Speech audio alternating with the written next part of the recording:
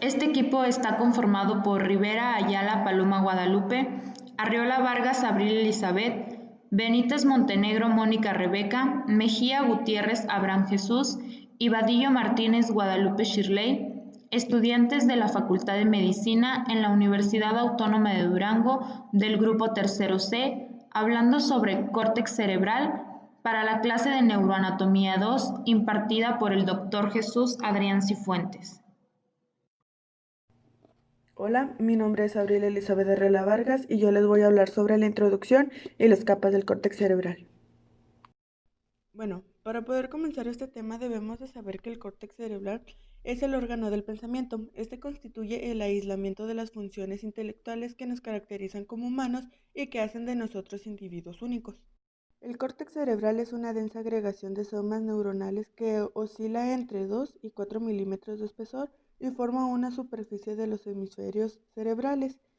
El área total del córtex cerebral es de aproximadamente 2.500 centímetros cúbicos y las neuronas del córtex reciben información de numerosas estructuras subcorticales a través del tálamo y también de otras regiones del córtex por medio de fibras de asociación. El córtex cerebral se divide en diferentes áreas funcionales, algunas de las cuales se dedican al procesamiento de información sensitiva que les llega, otras a la organización de la actividad motora y un último grupo principalmente a lo que se considera funciones intelectuales superiores. Estas funciones incluyen la memoria, el juicio, la planificación de actividades complejas, el procesamiento del lenguaje, cálculos matemáticos y la construcción de imagen interna del entorno que rodea al individuo. Capas del córtex cerebral. Bueno, las capas neuronales del neocórtex se designan con números romanos, empezando en la superficie piel.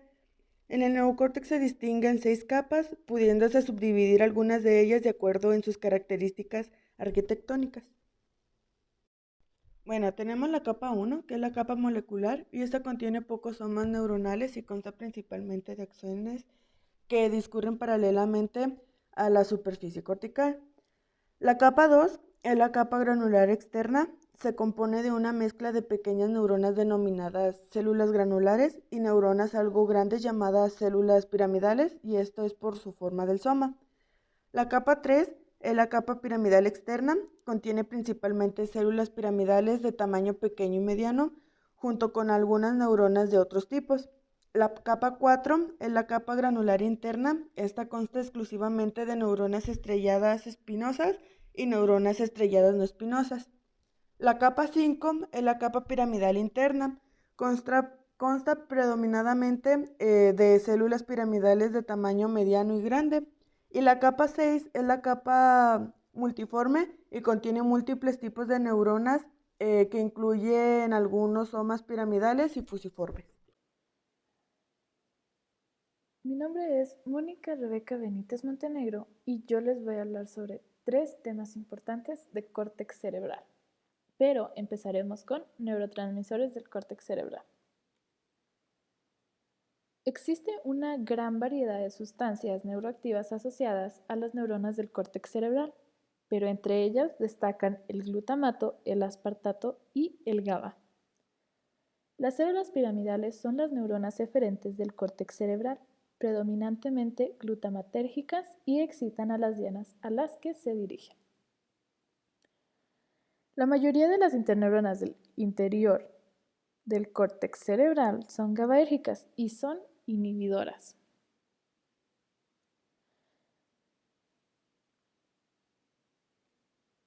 Se encuentran también en el córtex cerebral una variedad de neuropéptidos que influyen no solo en las poblaciones de neuronas, sino también en la actividad metabólica local y el músculo liso vascular.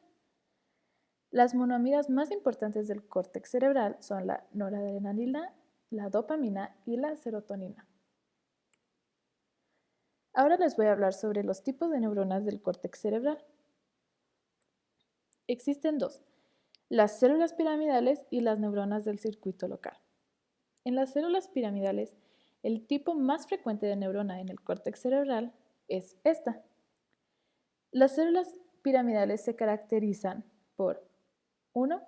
Un soma celular aproximadamente triangular. 2. una gran dendrita apical y 3, un grupo de dendritas basales y 4, un axón. El tamaño de estas son de 10 a 50 micrones de altura. Las de mayor tamaño se denominan células gigantes de Betz. Se encuentran en el córtex motor primario y están implicadas en el control del movimiento de la extremidad inferior. También cuentan con algo que se llama espinas dendríticas. Estas se caracterizan por especializaciones de las membranas. También tienen una vía eferente del córtex cerebral. Las capas 1 y 2 dan origen a fibras de asociación y callosas. La capa 5 se proyecta a muchas estructuras subcorticales y las neuronas de capa 6 envían axones a diversas zonas. La función de las neuronas de circuito local, como su nombre lo dice, funcionan como interneuronas corticales. Existen 3 tipos de neuronas intrínsecas. Reciben terminales axónicos talamocorticales en la capa 4, las células espinosas pequeñas, célula estrellada no espinosa y células en cesto grande. Las células espinosas son excitadoras y las células no espinosas utilizan GABA, por lo tanto son interneuronas inhibidoras. Las neuronas piramidales se asocian de forma constante con los neurotransmisores excitadores en partículas glutamato y aspartato. Ahora les hablaré de su organización laminar. Tiene 2 tipos de organizaciones laminares, que son los circuitos intrínsecos del córtex cerebral y la citoarquitectura. Los circuitos intrínsecos constan de fibras aferentes, circuitos locales para el procesamiento de la información aferente y fibras eferentes que transmiten la información procesada a otro lugar. Los axones talamocorticales terminan principalmente en la capa 4 y en menor medida en las capas 3 y 6. En la capa 4 finalizan las interneuronas. El procesamiento de la información local culmina en conexiones con las células piramidales. Tienen colaterales axónicas. La terminación de los axones corticales es bastante diferente a los axones talamocorticales. Tienen proyecciones difusas y sus núcleos talámicos inespecíficos, locus cerúleo y el núcleo basal. Estas últimas estructuras se relacionan con la regulación de los niveles globales de excitabilidad cortical y sus estados asociados como la alerta, el sueño y la vigilia. Y la citoarquitectura difiere según las áreas en ciertos aspectos que se relacionan con la función. En el córtex sensitivo primario, la capa 4 es la principal capa cortical de entrada de información. La capa 5 es la principal capa de proyección y este tiene un córtex heterotípico granular. El córtex motor primario, la capa 4 es reducida de tamaño y la capa 5 está aumentada, por lo que el córtex sensitivo primario y el córtex motor primario se podría decir que están a la inversa. De la impresión de fusionar directamente en la capa 3. Cada proyección bien desarrollada y la capa de entrada de información es reducida. A esto se le llama córtex heterotípico agranular. Cuenta con un córtex hemotípico y Corbinian-Brougham identificó 47 áreas distintas y su esquema de numeración se sigue utilizando, tanto en la investigación como en la clínica. Muy buenos días tengan todos ustedes. Mi nombre es Abraham Mejía y les voy a hablar un poco de la organización columnar. Bueno, la corteza cerebral es la región que cubre la neocorteza y tiene un grosor de 2 a 4 milímetros, con una estructura de 6 capas, 3 superficiales y 3 profundas. También tiene columnas funcionales de una fracción de milímetro en diámetro. Bueno, una de las preguntas que nos hacemos son, ¿cuáles son las células de la corteza cerebral? En la composición de la síntesis de las capas básicas de la corteza podemos encontrar principalmente células piramidales de diseño y tamaño celulares estrelladas. Ambas variedades celulares emiten colaterales, sí, colaterales que constituyen la formación. Bueno, y por último les voy a hablar un poco de la irrigación del córtex. La sangre irrigada del cerebro a través de los pares de grandes arterias, las arterias carótidas internas que transportan la sangre desde el corazón a lo largo de la potencia del cuello, las arterias vertebrales que transportan la sangre del corazón a lo largo de la parte posterior del cuello. Y pues creo que eso sería todo de mi parte. Hola, buenas tardes. Mi nombre es Paloma Rivera y hoy les voy a explicar sobre las funciones corticales superiores. Bueno, en general se considera que el córtex cerebral pues es el asiento de las funciones intelectuales superiores o aquellas facultades del pensamiento que han alcanzado sus niveles más complejos en el ser humano, aunque otras estructuras cerebrales, incluido el tálamo, el cuerpo estriado, el claustro y el cerebelo, van a contribuir en este tipo de funciones, ya que el córtex de asociación multimodal lo encontraremos estrechamente relacionado con la mayoría de estas actividades, como en el análisis lógico, el juicio, el lenguaje y la imaginación. Bueno, el córtex cerebral puede dividirse en 4 categorías funcionales generales, como lo es el córtex sensitivo, el córtex motor, el córtex de asociación unimodal y por último el córtex de asociación multimodal. Bueno, pues las áreas sensitivas primarias, excepto la olfatoria, van a recibir fibras talamocorticales de los núcleos de relevo diencefálicos que se van a relacionar fundamentalmente con cada una de estas modalidades.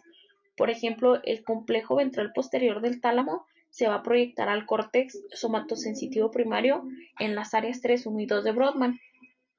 Y de modo similar, pues el núcleo geniculado lateral se va a proyectar al córtex visual primario en las áreas 17 en los labios del surco calcarino, y el núcleo geniculado medial lo va a hacer al córtex auditivo primario de los giros temporales transversos en las áreas 41 y 42. Bueno, pues adyacente a cada área sensitiva primaria encontraremos una región del córtex que estará implicada en un nivel superior del procesamiento de información que estará relacionada con este tipo de modalidad sensitiva, y este tipo de áreas la denominaremos córtex de asociación unimodal. Por ejemplo, el córtex de asociación visual unimodal, que está situado en las áreas 18, 19, 20, 21 y 37, que estará ocupando todo el lóbulo occipital, pero por fuera del área 17. Bueno, pues el córtex de asociación somatosensitivo está situado inmediatamente por detrás del giro hipocentral en el área 5, y el córtex de asociación auditivo que se halla situado en el giro temporal superior en el área 22 junto al córtex auditivo primario.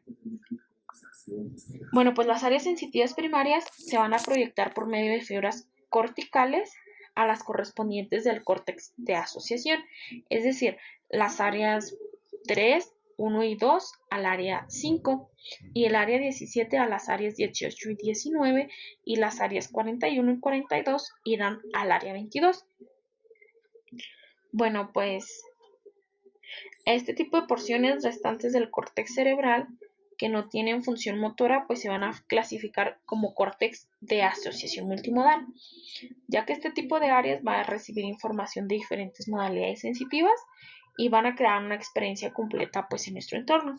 Estas áreas de asociación multimodal van a resultar decisivas para nuestra capacidad de comunicación, ya que es mediante el lenguaje y pues va a utilizar la razón con el fin de predecir los acontecimientos futuros, y va a partir de la experiencia presente y va a elaborar complejos planes a largo plazo, y pues sirve para imaginar y crear cosas que nunca han existido. El hemisferio dominante y el lenguaje. Bueno, pues el hemisferio cerebral es el que controla el lenguaje y se denomina hemisferio dominante.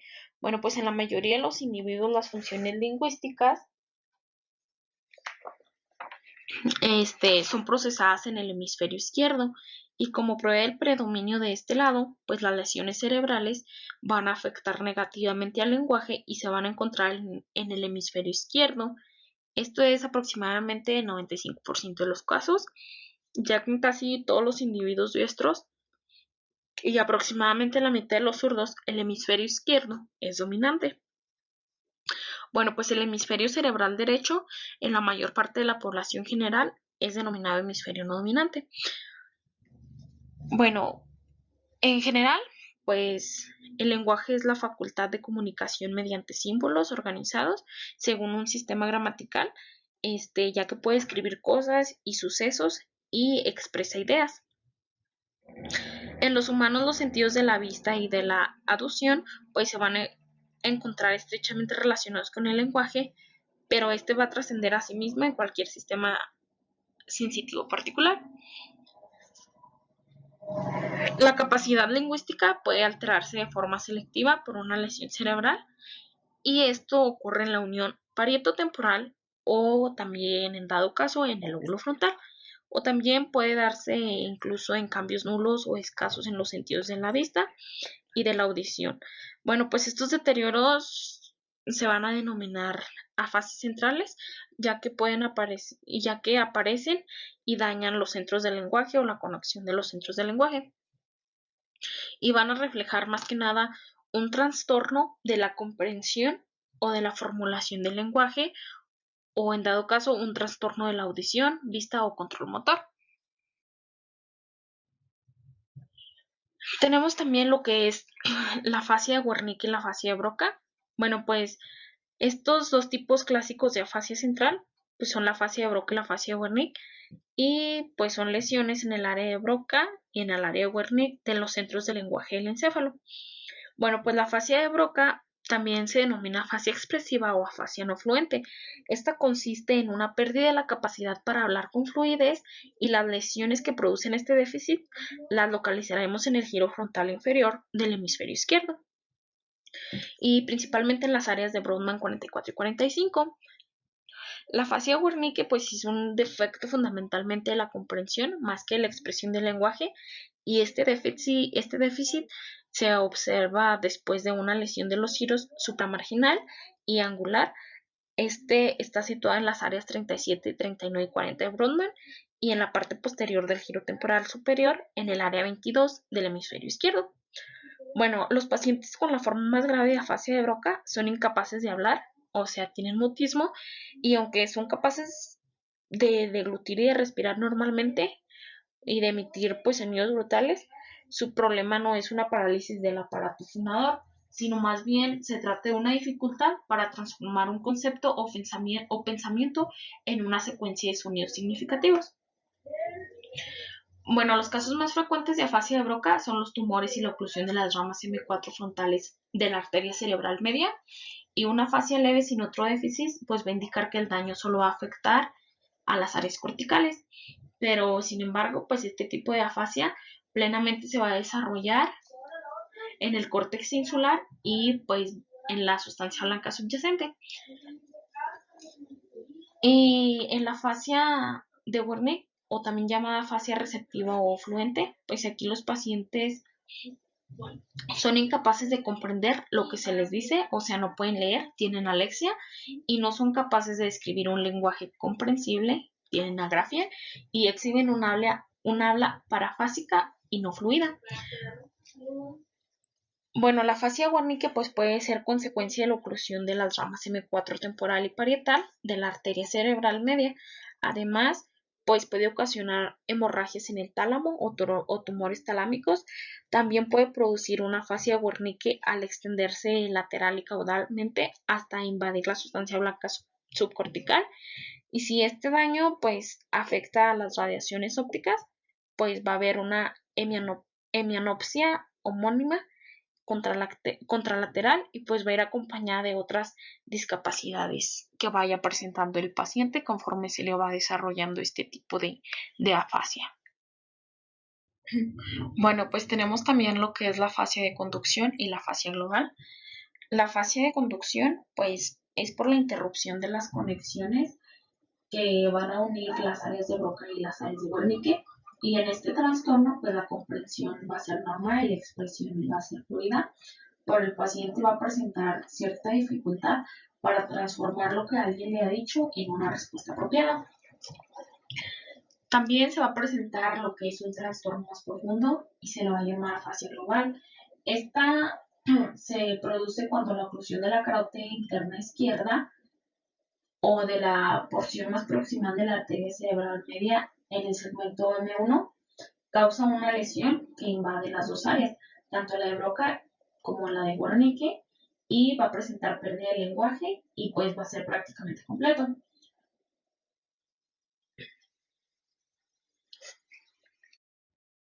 Y por último tenemos lo que son las afasias pericentrales. Pues aquí en la superficie lateral de los hemisferios cerebrales te van a solapar ramas terminales de las arterias cerebrales, tanto la anterior como la media y la posterior, y van a formar zonas delimitadas entre los territorios vasculares. Bueno, pues estas zonas van a estar delimitadas y van a ser susceptibles a la hipoperfusión y que van a ser especialmente durante los episodios de hipotensión sistémica.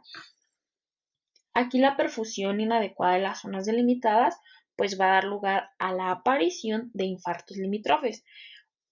Bueno, un infarto limítrofe, pues un infarto limítrofe anterior puede ocasionar cierta paresia contralateral y también déficit de lenguaje expresivo que van a ser similares a la fascia expresiva o de Broca.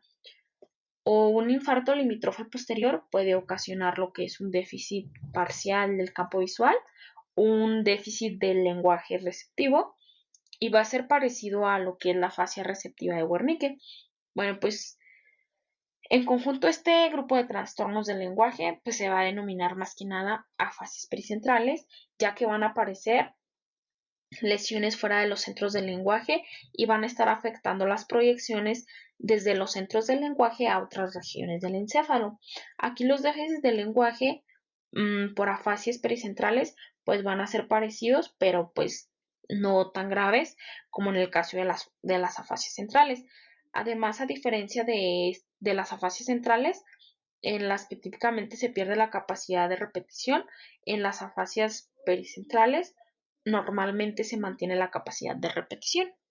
Y es todo. Mi nombre es Guadalupe Shirley Vadillo Martínez, estudiante de la Facultad de Medicina en la Universidad Autónoma de Durango del grupo Tercero C. Y para comenzar voy a hablar de córtex de asociación parietal, espacio y atención. Entonces comenzamos. Córtex de asociación parietal, espacio y atención. Un grupo completamente diferente de funciones intelectuales está mediado por el córtex de asociación parietal del hemisferio no dominante. Aunque la segregación de funciones entre los dos lóbulos parietales no es completa, el córtex de asociación parietal es el más lateralizado del cerebro, con las funciones lingüísticas concentradas en el hemisferio izquierdo y las relaciones especiales y la atención selectiva asociada en el hemisferio derecho. Los síntomas más sorprendentes de la afectación del córtex de asociación parietal derecho, que es el no dominante, es un defecto de la atención en el cual el paciente puede pasarle de forma totalmente inadvertida los objetos y acontecimientos de la mitad izquierda del espacio que le rodea. Este síntoma se conoce como negligencia contralateral. Entonces, hablemos sobre negligencia contralateral y síntomas relacionados. En sus formas más leves, la negligencia contralateral puede consistir simplemente en una tendencia a no darse cuenta de las cosas situadas en el lado izquierdo del entorno del paciente. Por ejemplo, se puede pedir al paciente que lea un breve fragmento y marcar cada palabra en el proceso. Según avance la lectura, las palabras del lado izquierdo del pasaje se van omitiendo progresivamente y solo se perciben las del lado derecho. Como vemos aquí en la imagen, está una lectura y al principio las toma en cuenta las del lado izquierdo, pero después va perdiendo la noción de que están ahí.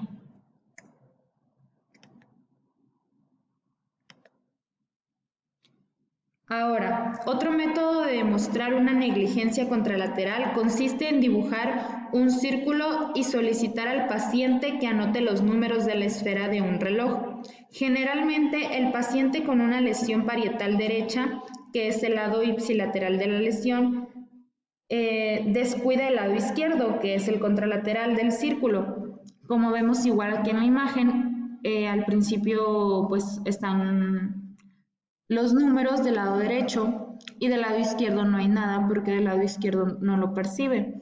Por eso todos los números del reloj los anotó en un solo lado. Un paciente con una negligencia contralateral puede no ser consciente de las personas que están en su lado izquierdo, puede chocar con grandes objetos fijos situados en ese lugar y no responde a sonidos o palabras que procedan de su izquierda. En los casos extremos, el paciente puede incluso no reconocer el lado izquierdo de su propio cuerpo. A esto se le llama asomatognosia. Por ejemplo, al vestirse, al cepillarse, puede olvidarlo. A esto se le llama apraxia para vestirse. O si está en un hospital, incluso puede pedir al personal que saquen de la cama a esa otra persona, pero esa otra persona es el lado izquierdo de su propio cuerpo. Otro grupo característico de síntomas de las lesiones del lóbulo parietal derecho se relaciona con la capacidad de actuar adecuadamente en el entorno espacial que nos rodea. Por ejemplo, la persona afectada puede ser incapaz de describir la ruta entre su domicilio y el lugar en el que trabaja.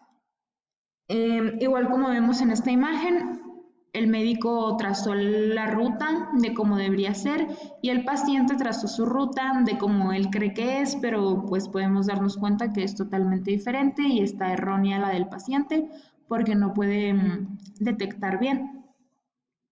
En los casos extremos, el paciente puede no ser capaz de desplazarse de la cama hasta una silla situada al otro lado de la habitación y que esté perfectamente visible. Otra posible dificultad es la incapacidad de manipular satisfactoriamente los objetos en el espacio. Como aquí, el paciente puede no ser capaz de reproducir una simple construcción formada por piezas con el modelo adelante de él. Esta dificultad recibe el nombre de apraxia construccional.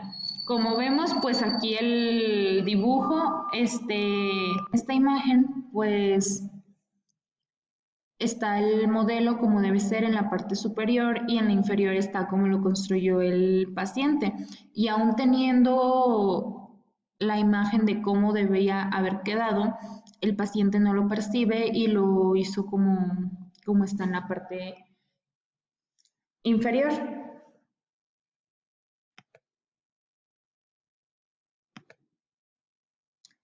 Entonces, apraxia y agnosia.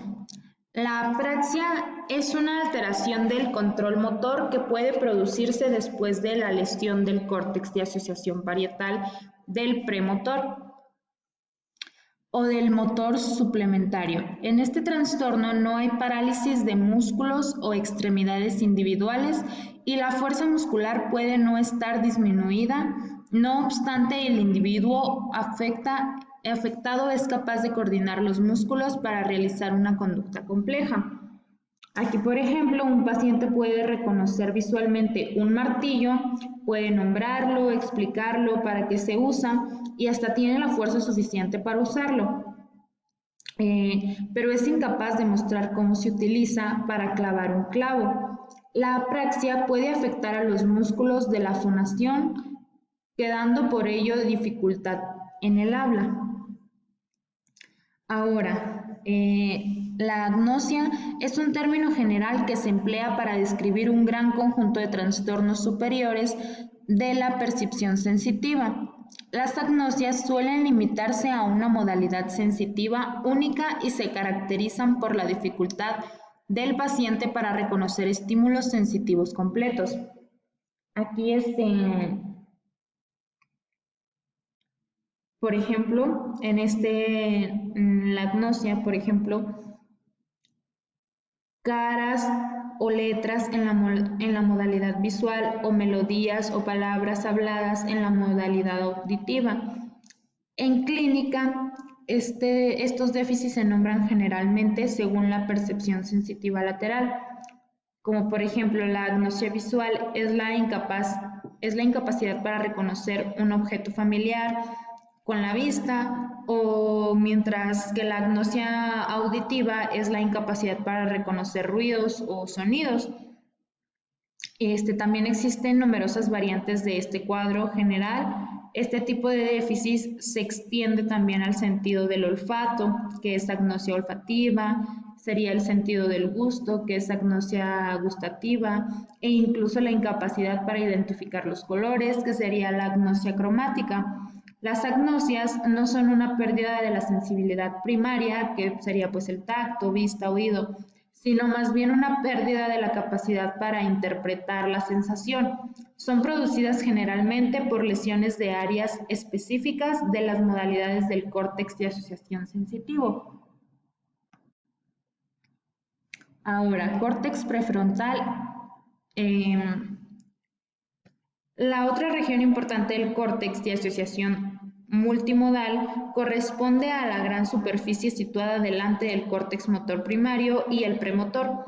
El córtex de asociación prefrontal, clásicamente esta región se ha vinculado con alguno de los rasgos intelectuales más inequívocamente humanos, como el juicio, la previsión, el sentido de intencionalidad, el sentido de la responsabilidad y de lo socialmente adecuado.